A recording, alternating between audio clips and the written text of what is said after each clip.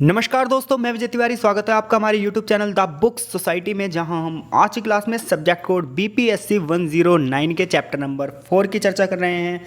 जहां हमारे चैप्टर का नाम है राजनीतिक दलों की कार्यप्रणाली। जहां इस चैप्टर को पढ़ने के बाद जो हमारे सामने प्रश्न आएगा वो प्रश्न ये आएगा कि राजनीतिक दलों से आप क्या समझते हैं और राजनीतिक दलों के कार्यों का वर्णन कीजिए। तो चलिए चैप्टर की शुरुआत करते हैं। जहाँ हर चैप्टर की तरह इस चैप्टर में भी एक छोटी सी प्रस्तावना दी गई है, जहां इस प्रस्तावना में यही बताया गया है कि हम चैप्टर में क्या पढ़ेंगे। चैप्टर की स्टार्टिंग यहाँ से होती है कि राजनीतिक दल की क्या परिभाषा है, यानी कि राजनीतिक दल का क्या अर्थ है। तो देखिए,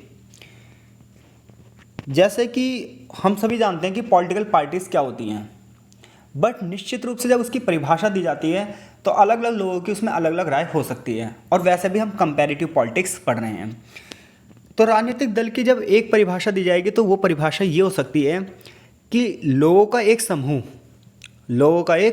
समूह जिसका उद्देश्य है सत्ता की प्राप्ति। तो लोगों का एक समूह जिसका उद्देश्य है सत्ता की प्राप्ति, वो राजनीतिक दल कहलाएगा। और यही चीज़ उसे अन्य ग्रुप से अलग करती है। यानी कि राजनीतिक दल क्या है? एक ग्रुप है। कैसे लोगों का ग्रुप है? जिनका एक जैसा उद्देश्य है, और उन सबका उद्देश्य क्या है? सत्ता की प्राप्ति। और सत्ता की प्राप्ति करके अपनी विचारधारा के हिसाब से देश को चलाना। लेकिन यहाँ पर जो हमें पढ़ाया जाएगा वो ये बताया जाएगा कि अलग अलग विचारक राजनीतिक दल का क्या क्या अर्थ देते हैं और इसकी शुरुआत कैसे होती है। तो देखिए, हम सभी को पता है पॉलिटिक्स में शुरुआत में राजतंत्र था, फिर डेमोक्रेसी आई। जब डेमोक्रेसी आई तो पॉलिटिकल पार्टीज भी आई। अब डेमोक्रेसी का जो संचालन है वो पॉलिटिकल पार्टी ही कर रही हैं। यानी कि आप ना कल्पना भी नहीं कर सकते किसी भी डेमोक्रेटिक कंट्री की कि वहाँ पर कोई पॉलिटिकल पार्टी ना हो। यानी कि हर डेमोक्रेटिक कंट्री में पॉलिटिकल पार्टी जरूर होगी। बिना पॉलिटिकल पार्टी के हम किसी भी लोकतांत्रिक देश के अस्तित्व की कल्पना भी नहीं कर सकते। तो चलिए अब देखते हैं कि आपकी किताब क्या कहती है। तो देखिए, आपकी किताब में सबसे पहले जो परिभाषा दी गई है वो एडमंड बर्क के द्वारा दी गई है। जहां एडमंड बर्क ये कहते हैं कि राजनीतिक दल पुरुषों का एक समूह है। राजनीतिक दल पुरुषों का एक क्या है? समूह है, जो अपने संयुक्त प्रयासों से राष्ट्रीय हित को बढ़ावा देने के लिए एक ग्रुप बनाता है। यानी कि एडमंड बर्क ये कह रहे हैं कि राजनीतिक दल केवल एक पुरुषों का समूह है और इन सब का एक प्रयास है। वो प्रयास क्या है? देश के हित को बढ़ावा देना, देश के लाभ को बढ़ावा देना। इसीलिए ये शक्ति प्राप्त करना चाहते हैं, इसीलिए सारे बंदे एक ही चीज़ के लिए सहमत हैं। ऐसा कौन कह रहा है? Edmund Burke. लेकिन 20वीं शताब्दी में और भी विद्वान आए और उन्होंने भी राजनीतिक दल की अलग अलग परिभाषाएं दी। जैसे एक जर्मन वैज्ञानिक थे सिगन न्यूमैन। सिगन न्यूमैन ने क्या कहा राजनीतिक दल के लिए? इन्होंने ये कहा कि राजनीतिक दल पता क्या होते हैं? ये समाज के एक ना एक्टिव एजेंट होते हैं। राजनीतिक दल समाज के एजेंट के रूप में कार्य करते हैं, और वो भी एक एक्टिव एजेंट के रूप में, जहाँ वो समाज की समस्याओं को देखते हैं और उन्हें दूर करने के लिए प्रयासरत रहते हैं। ये समाज के एक मुखर संगठन के रूप में हैं जो सरकार की सत्ता के नियंत्रण से संबंधित है। यानी कि आप जितनी परिभाषा पढ़ोगे उन सभी परिभाषाओं का एक ही मूल निकलेगा कि राजनीतिक जो दल होंगे वो एक समूह होगा और उस समूह का उद्देश्य होगा सत्ता की प्राप्ति, और सत्ता प्राप्ति के बाद उसका जो उद्देश्य होगा वो होगा राजनीतिक हित, जो कि मैंने पहले ही बता दिया है। तो यहाँ पर विभिन्न विचारधाराओं के बारे में बताया गया है, विभिन्न विचारकों की विचारधाराओं के बारे में बताया गया है। जैसे इटली के एक विद्वान हैं, ये क्या कहते हैं? सरतोरी, जियोवानी सरतोरी। ये कहते हैं कि राजनीतिक दल किसी भी राजनीतिक समूह के रूप में हम परिभाषित कर सकते हैं जिसका आधिकारिक लेवल द्वारा पहचाना जाता है, जो चुनाव में प्रस्तुत होता है और चुनाव के माध्यम से सार्वजनिक पद के लिए उम्मीदवारों को प्रस्तुत करने में सक्षम होता है। यानी कि ये भी सरतोरी भी यही कह रहा है। क्या कह रहा है? कि राजनीतिक दल एक क्या है? राजनीतिक समूह है, और वो राजनीतिक समूह क्या कर रहा है? राजनीतिक समूह चुनाव में प्रस्तुत हो रहा है और चुनाव के माध्यम से वो एक सार्वजनिक पद यानी कि सरकारी पद प्राप्त करना चाहता है, और इसी के लिए वो अपने अपने उम्मीदवारों को प्रस्तुत कर रहा है। यानी कि उद्देश्य यहाँ पर भी सत्ता की प्राप्ति है। एक राजनीतिक वैज्ञानिक रॉबर्ट जे हक्सहॉर्न है। हक्सहॉर्न क्या कहता है कि नागरिकों का एक स्वतंत्र समूह होगा जिसका उद्देश्य होगा सरकारी सत्ता पर सार्वजनिक कार्यालय और सरकार के संगठन का निर्माण, और इसी उम्मीद के लिए वो चुनाव लड़ेगा। सीधी सी बात है, राजनीतिक दल की उम्मीद क्या होती है? कोई छोटा छोटा राजनीतिक दल हो, बड़े से बड़ा राजनीतिक दल हो, हर एक राजनीतिक दल पता क्या कर चाहता है? कि सरकारी सत्ता उसके नियंत्रण में आ जाए और उसके बाद सारी संस्थाएं उसके कब्जे में आ जाए। खैर, ये अलग अलग लोगों की अलग अलग परिभाषाएं हैं, लेकिन बात ये आती है एक राजनीतिक दल में क्या क्या तत्व होते हैं। तो एक राजनीतिक दल का पहला तत्व होता है लोगों का समूह। देश का आकार छोटा है तो लोग कम होंगे, देश का आकार बड़ा है तो लोग ज़्यादा होंगे। कहीं पर संख्या 100 होगी तो कहीं संख्या लाखों करोड़ों भी हो सकती है। दूसरी बात यह है, यानी कि पार्टी में सबसे पहले क्या होने चाहिए, व्यक्ति यानी कि लोग। ये कम भी हो सकते हैं, ज़्यादा भी हो सकते हैं, देश की जनसंख्या के आकार पर निर्भर करते हैं। दूसरी चीज़ राजनीतिक दल में होती है थॉट्स यानी कि विचारधारा। जैसे भारत में हर अलग अलग पार्टी की अपनी अलग अलग विचारधारा, समाजवादी पार्टी की समाजवादी विचारधारा है, कांग्रेस पार्टी की मिलीजुली विचारधारा है, बीजेपी की हिंदुत्व की विचारधारा है, कम्युनिस्ट पार्टी की साम्यवादी विचारधारा है। तो हर एक राजनीतिक दल की अपनी एक विचारधारा भी होती है कि वो सत्ता की प्राप्ति करने के बाद अपनी विचारधारा के हिसाब से समाज को चलाना चाहेगा। तीसरी चीज होती है राजनीतिक दलों में, वो ये होती है कि इनका अपना एक स्थायी संगठन होना चाहिए ताकि अपने सदस्यों को संगठनों में रखें और जब सत्ता बन जाए तो इन्हीं सदस्यों को पदाधिकारी यानी कि अधिकारियों का पद मिले। संगठन में निरंतरता बनी रहे, कंटिन्यूटी बनी रहे और संगठन का जीवन काल आने वाली पीढ़ियों पर भी चलता रहे। चौथी चीज़ इसमें क्या होगी, राजनीतिक दलों का अपना एक लक्ष्य होगा। ये सामूहिक लक्ष्य होगा, ये नहीं कि एक पार्टी के एक बंदे का अलग लक्ष्य और अलग बंदे का अलग, नहीं, पूरे के पूरे ग्रुप का एक ही लक्ष्य होगा। और वो लक्ष्य पता क्या होगा, चुनावी प्रक्रिया के माध्यम से राजनीतिक सत्ता पर कब्जा करना। तो ये चीज़ें जिस समूह में मिले, आप मान लीजिए वो राजनीतिक दल है, यानी कि लोग होने चाहिए, विचारधाराएं होनी चाहिए और संस्था इस हिसाब से हो कि वर्तमान में भी काम करे, भविष्य में भी काम करें। फोर्थ वन, सत्ता प्राप्त करने के लिए चुनावी प्रक्रिया का वो क्या करेगी, माध्यम अपनाएगी। आगे चैप्टर में हम यही पढ़ेंगे कि राजनीतिक दलों के कार्य क्या हैं। तो यहाँ से यहाँ तक राजनीतिक दलों की परिभाषा दी गई है और ये बताने की कोशिश की गई कि राजनीतिक दलों में क्या क्या तत्व होते हैं। आगे चैप्टर में बताया गया राजनीतिक दलों के कार्य बताइए। तो हमारे इस चैप्टर में राजनीतिक दलों के 9 कार्य दिए गए हैं। जहाँ राजनीतिक दलों का जो पहला कार्य है वो है समाज का संगठन बनाना, समाज का आधुनिकीकरण करना। देखिए, कोई भी समाज ना कभी भी एकजुट नहीं होता। कोई समाज जाति के आधार पर, धर्म के आधार पर, भाषा के आधार पर, किसी भी नस्ल के आधार पर बटा ही रहता है। विश्व के विकसित देशों में देखोगे तो गोरे काले के आधार पर बटा है। भारत जैसे देशों की बात करोगे तो जाति धर्म के आधार पर बटा हुआ है, क्षेत्र के आधार पर बटा हुआ है। तो ऐसे में राजनीतिक दलों का पहला कार्य ये हो जाता है इस बटे हुए समाज को एकजुट करना, इस विखंडित समाज को एकजुट करना, इसके अंदर राजनीतिक चेतना पैदा करना और सबके अंदर एक भावना पैदा करना कि हम लोग एक राष्ट्र के निवासी हैं। हमारे अंदर मतभेद हो सकते हैं लेकिन जब देश की बात आए तो हमें एकजुट होना चाहिए। ये काम राजनीतिक दल का सबसे पहला है। तो राजनीतिक दलों का सबसे पहला काम क्या है कि पारंपरिक समाजों का वो गठन करें और उन्हें आधुनिकीकरण के रास्ते पर ले जाएं, उनके अंदर राष्ट्रवाद की भावना पैदा करें, एक परंपरागत समाज को, एक रूढ़िवादी समाज को आधुनिकता की ओर ले जाएं। अब बात ये आती है, क्या हमारे यहाँ ऐसा कोई दल है, क्या कभी ऐसा हुआ है? क्योंकि आज जब हम देखते हैं राजनीतिक पार्टियों को तो हमें ऐसा लगता है वो तो समाज को बांट रही हैं, और जबकि हम पढ़ रहे हैं राजनीतिक दलों का क्या कार्य है, समाज को एकजुट करना।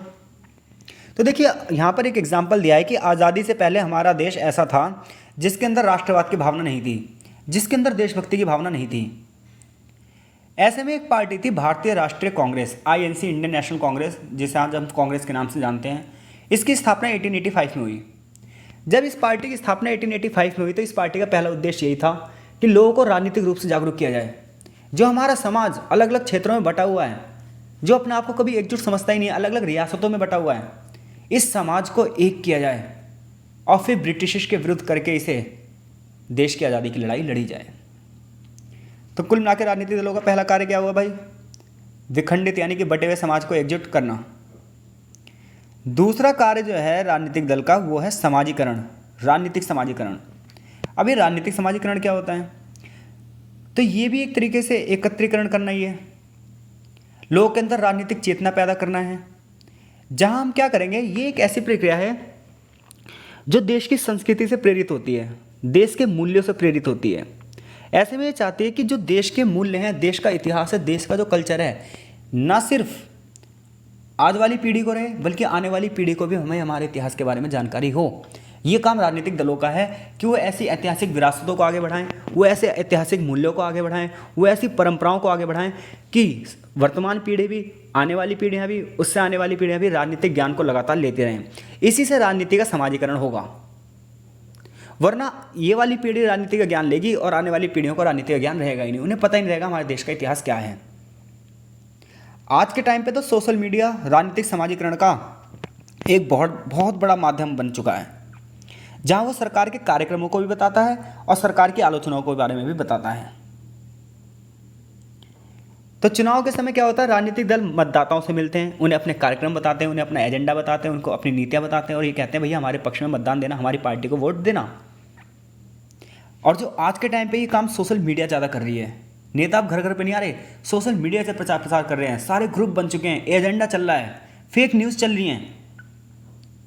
राजनीतिक समाजीकरण का काम आज रेडियो टेलीविज़न कर रहे हैं, इलेक्ट्रॉनिक और प्रिंट मीडिया कर रही हैं।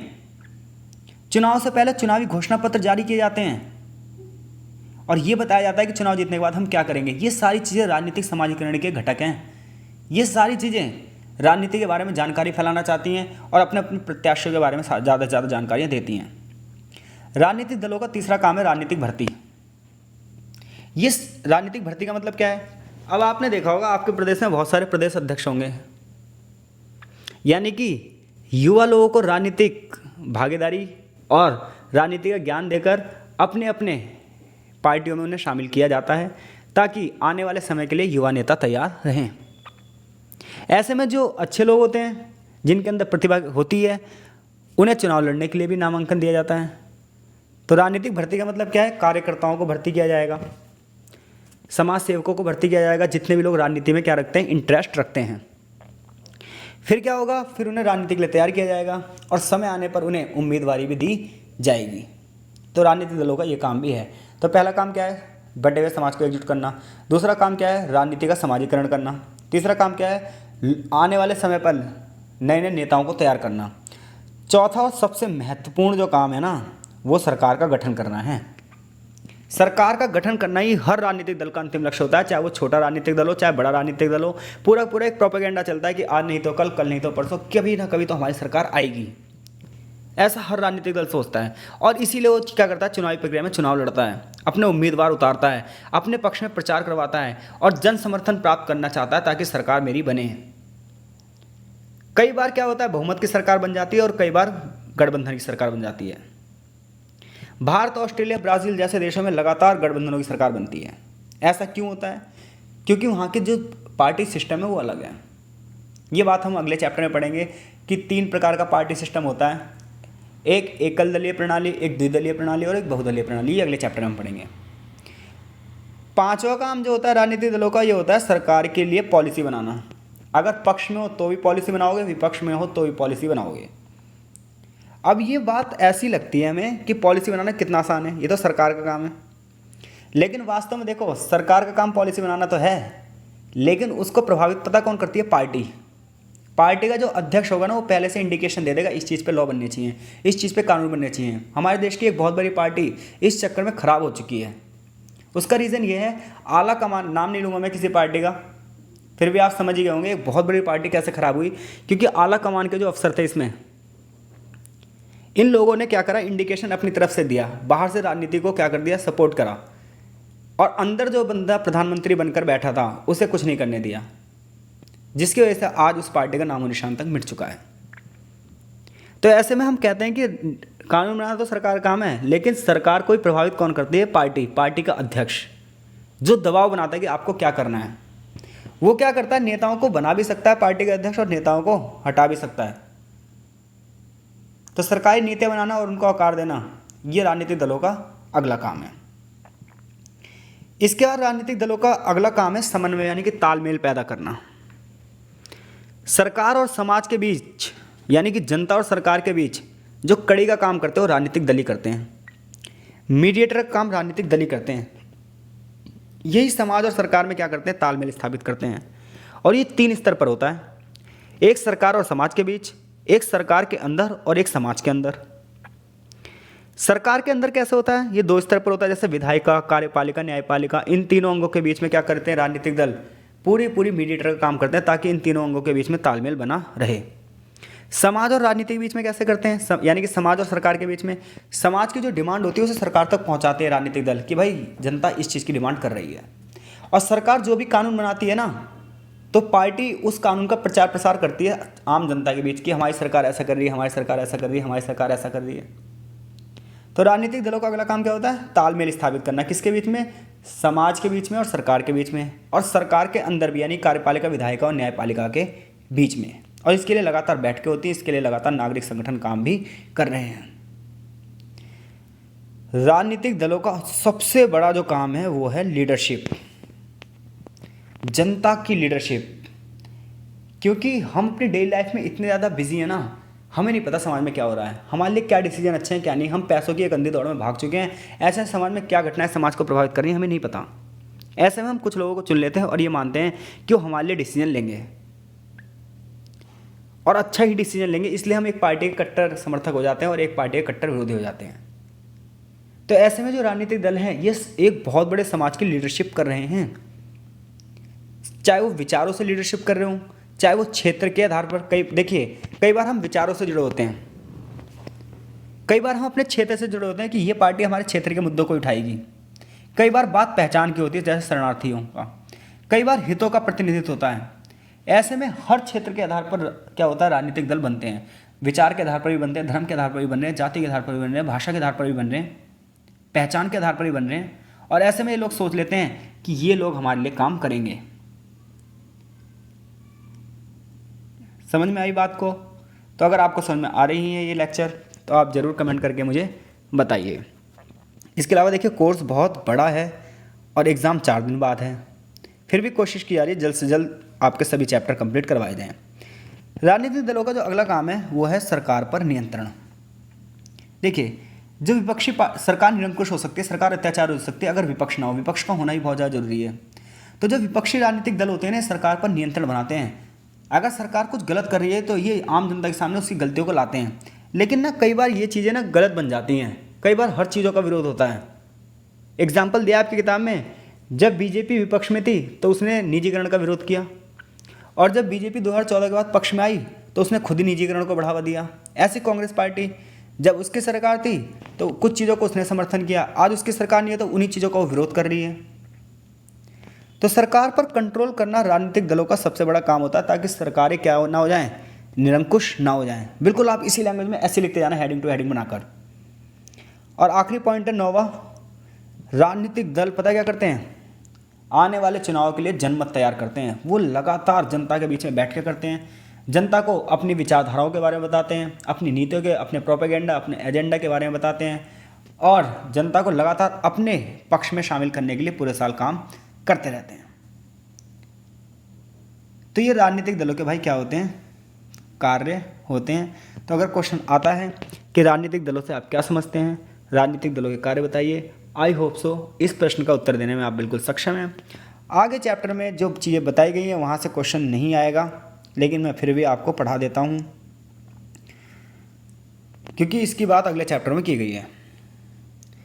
तो देखिए हर देश की अलग अलग राजनीतिक प्रणाली है और ऐसे में अलग अलग देशों में राजनीतिक दलों के काम भी अलग अलग हो जाते हैं। जैसे कुछ देशों में लोकतांत्रिक प्रणाली है, कुछ देशों में गैर लोकतांत्रिक प्रणाली है। जैसे इटली की बात की जाए तो इटली में पहले क्या था, फांसीवाद था। जर्मनी में क्या था, नाजीवाद था, जब हिटलर की विचारधारा चल रही थी।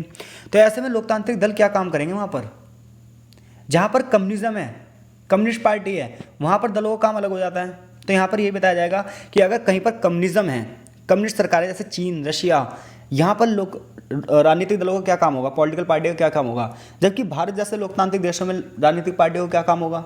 जबकि जो तानाशाही प्रवृत्ति वाले देश हैं वहाँ पर राजनीतिक पार्टियों का क्या काम होगा।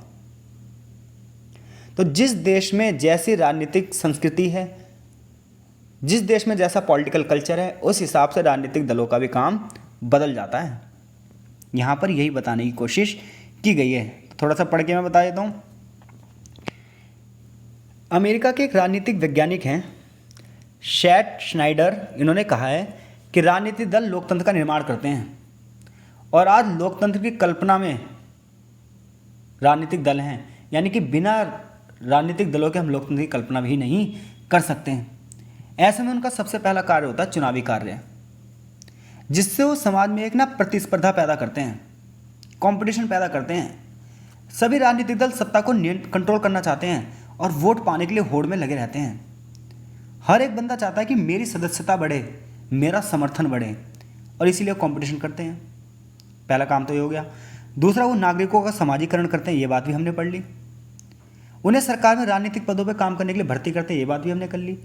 लोगों को आने वाले समय में शासन करने के लिए ट्रेनिंग भी देते हैं, ये बात भी हमने पढ़ ली है। लोकतांत्रिक राजनीतिक व्यवस्था में राजनीतिक दल समर्थन जुटाने का काम करते रहते हैं। राजनीतिक दलों की जो भूमिका है वो सरकार का जब गठन हो जाता है ना, यानी कि सरकार बन जाती है, तब भी कम नहीं होती।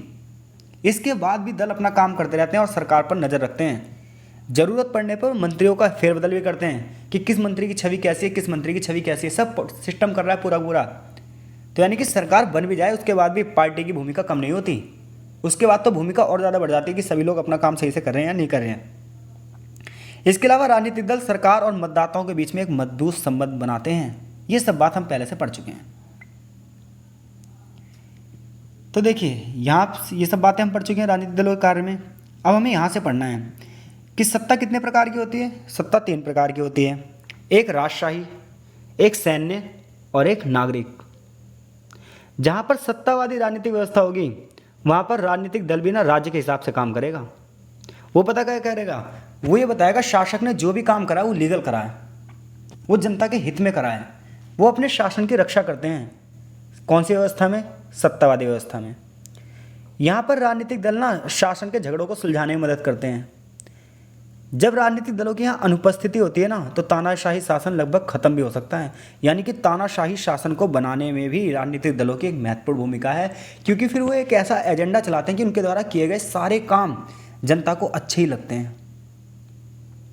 तो यानी कि तानाशाही का शासन व्यवस्था है, तो वहाँ पर भी राजनीतिक दल का सिर्फ और सिर्फ काम क्या है, अपने राजा की लीगलिटी को बढ़ावा देना, अपने राजा की वैधता को बढ़ावा देना कि वो जो भी काम कर रहा है वो सही कर रहा है, समाज के हित के हिसाब से है। लेकिन जो कम्युनिज्म वाले देश हैं, जैसे रशिया है, चाइना है, ये कम्युनिज्म वाले देश हैं, कम्युनिस्ट पार्टी वाले देश हैं। यहाँ पर ज़्यादा राजनीतिक पार्टियाँ नहीं होती, एक ही राजनीतिक पार्टी होती है, और कोई जो चुनाव लड़ने जा रहा है तो उसे चुनाव लड़ने भी नहीं दिया जाता। कई बार छोटी मोटी पार्टियाँ कई बार अपना अस्तित्व बनाने की कोशिश में लगी रहती हैं, लेकिन उनका अस्तित्व कभी नहीं बन पाता। यानी कुल मिलाकर यहाँ पर कंपटीशन नहीं होता, सिर्फ कम्युनिस्ट पार्टी ही रहती है, एकमात्र पार्टी चलाती है शासन। ऐसे में जो राजनीतिक दल है इसका काम बस सिर्फ इतना होता है यहाँ पर कि वो क्या करे, समाजीकरण करे। समाजीकरण में क्या होगा, वो नेतृत्व की क्षमता प्रदान करे, लोगों को ज़्यादा से ज़्यादा जोड़े। ये बात हम पहले पढ़ चुके हैं। इसके अलावा एक समान राय बनाए। साम्यवादी व्यवस्था में राजनीतिक दल साम्यवादी राज्यों को उनकी विचारधारा और धारणा के अनुरूप डालने का प्रयास करते हैं। यहाँ पर राजनीतिक दलों का प्रमुख काम ये होता है कि जनता के अंदर विरोध का स्वर उठे ही ना, बिल्कुल भी ना उठे। और तीसरा होता है फांसीवादी शासन वाले देश, बिल्कुल कट्टर तानाशाही विचारधाराओं से चल रहे हैं, जैसे कि इटली, जर्मनी। तो यहाँ पर राजनीतिक दलों का काम ये होता है कि नागरिकों के जीवन को पूरी तरीके से कंट्रोल कर लेना, हर पहलू को कंट्रोल कर लेना। फांसीवादी राजनीतिक दल अपनी विचारधारा के हिसाब से ही राज्य का आधुनिकीकरण करना चाहते हैं। वो ही नहीं देखते कि जनता क्या चाहती है क्या नहीं चाहती। उन्हें यह लगता है कि हमारी विचारधारा सही है और वो अपनी विचारधाराएं समाज पर थोप देते हैं। तो ऐसे में 3 तरीके की व्यवस्था है भाई, एक सत्तावादी यानी कि तानाशाही, एक साम्यवादी और एक फांसीवादी। तीनों में राजनीतिक दलों के अलग अलग कार्य होते हैं और ये सब है गैर लोकतांत्रिक। और लोकतांत्रिक देशों में राजनीतिक दलों के कार्य हम ऑलरेडी पढ़ चुके हैं। वर्तमान समय में राजनीतिक दलों के लिए क्या चुनौतियां हैं, आगे चैप्टर में ये बताया गया है। तो वर्तमान समय में राजनीतिक दलों के सामने सबसे बड़ी चुनौती है गरीब देशों में, जहाँ पर लोकतंत्र की कमी है। यानी कि पता क्या है, देखो लोकतंत्र की कमी वो क्यों कह रहा है, क्योंकि लोकतंत्र का मतलब है हर बंदे को खुली स्वतंत्रता है, वो कुछ भी बोल सके और अपने निर्णय ले सके। लेकिन पता है हमारे राजनीतिक दलों में क्या होता है, छोटे छोटे देशों में यहाँ पर एक ही बंदा पूरी पार्टी को चलाता है। ऐसे में बाकी लोग पार्टी के सदस्य तो होते हैं लेकिन उनका कोई वजूद नहीं होता, वो अपनी बात नहीं कह पाते। शीर्ष स्तर के ही नेता निर्णय लेते हैं और अन्य लोग भी सिर्फ उसका पालन करते हैं। कई बार पार्टी में एक बंदा इतना आकर्षक व्यक्तित्व वाला होता है ना कि हमेशा जब तक वो रहेगा शीर्ष स्थान पर वही बना रहेगा, चाहे उससे भी अच्छी प्रतिभाएं नीचे हों, लेकिन वो प्रतिभा नहीं पनप सकती। हमारे देश की हर पार्टी की समस्या है, चाहे वो बीजेपी हो, चाहे कांग्रेस हो, कम्युनिस्ट पार्टी हो, चाहे समाजवादी पार्टी हो, हर पार्टी की समस्या है कि इन सब में ना एक ही नाम का डंका बजता है। आगे बताया गया नेपोटिज्म चलता है जी, परिवारवाद चलता है हमारे यहाँ पार्टियों में। कि शीर्ष नेतृत्व पे हमेशा परिवार के लोग ही होंगे। एक परिवार या कुटुंब के सदस्य ही शीर्ष पर नेतृत्व करेंगे हमेशा, चाहे उससे अच्छी प्रतिभा दूसरे बंदे में हो, लेकिन उसे राजनीतिक पार्टी में कोई जगह नहीं मिलेगी। वो बेचारा कार्यकर्ता होकर आएगा और कार्यकर्ता होकर ही मर जाएगा। इसके अलावा अगली समस्या क्या है राजनीतिक दलों में, कि लोगों का भरोसा ना धीरे धीरे कम होता जा रहा है। लोग ना कीचड़ समझने लगे राजनीति को, क्योंकि लोग पहले पता है लोगों के अंदर जागरूकता नहीं थी, जैसा कहो मान लेते थे। आज लोग शिक्षित हो रहे हैं, ज्ञान ले रहे हैं, जनसंचार के माध्यम से सोशल मीडिया का युग चल गया है। ऐसे में लोग अपने असंतोष को खुलकर व्यक्त कर रहे हैं। तो आज जो राजनीतिक दल हैं इनके प्रति ये चुनौतियाँ आ चुकी हैं। परिवारवाद की चुनौती, अंदर लोकतंत्र नहीं है, पार्टियों के अंदर लोकतंत्र नहीं है, सभी लोगों को अपने विचार रखने की स्वतंत्रता नहीं है। कुछ ही लोगों का प्रोपेगेंडा राजनीतिक पार्टियों में चल रहा है, भले ही पार्टी में कितने ही सदस्य क्यों ना हो। लोगों का भरोसा कम हो रहा है। सोशल मीडिया असंतोष को और हवा दे रही है। सत्ता का लालच सब में आ चुका है। लगातार गठबंधन टूट रहे हैं, पार्टियां लगातार टूट रही हैं। चुनावी प्रबंधन यानी कि चुनावी जो मैनेजमेंट है ये लगातार गलत होता जा रहा है। राजनीतिक दलों की जो जिम्मेदारियां हैं ये धीरे धीरे कम होती जा रही हैं। यानी कि भ्रष्टाचार इतना तेज गति से बढ़ता जा रहा है कि राजनीतिक दलों पूरी तरीके से जनता के बीच में सामंजस्य और तालमेल नहीं बैठा पा रहे हैं। बेबुनियादी झूठी खबरें, मिथ्या खबरें, फेक न्यूज़ आज सोशल मीडिया के द्वारा जो फैलाई जा रही हैं, ऐसे में ये प्रोपेगेंडा और बहुत ज़्यादा गलत हो जाता है। कई बार राजनीतिक दलों की जो भ्रष्टाचारी नीतियां हैं जब इनका पर्दाफाश होता है तो उसके लिए झूठ का जो सहारा लेते हैं, ये भी एक बहुत बड़ी चुनौती बन चुकी है। तो यदि आपने एक बार भरोसा खो दिया तो उसके बाद आप जनता का भरोसा पाना बहुत मुश्किल हो जाता है। ये राजनीतिक दलों की चुनौतियाँ हैं। तो आगे चैप्टर में एक निष्कर्ष दिया गया। आई होप से इस चैप्टर से कोई भी प्रश्न आएगा तो आप बहुत ही ईजी वे में लिख दोगे। मेरी आपसे पूरी गुजारिश है कि यदि आपको समझ में नहीं आ रहा तो आप मुझे बताइए, और समझ में आ रहा तो भी बताइए। आपका बहुत बहुत धन्यवाद।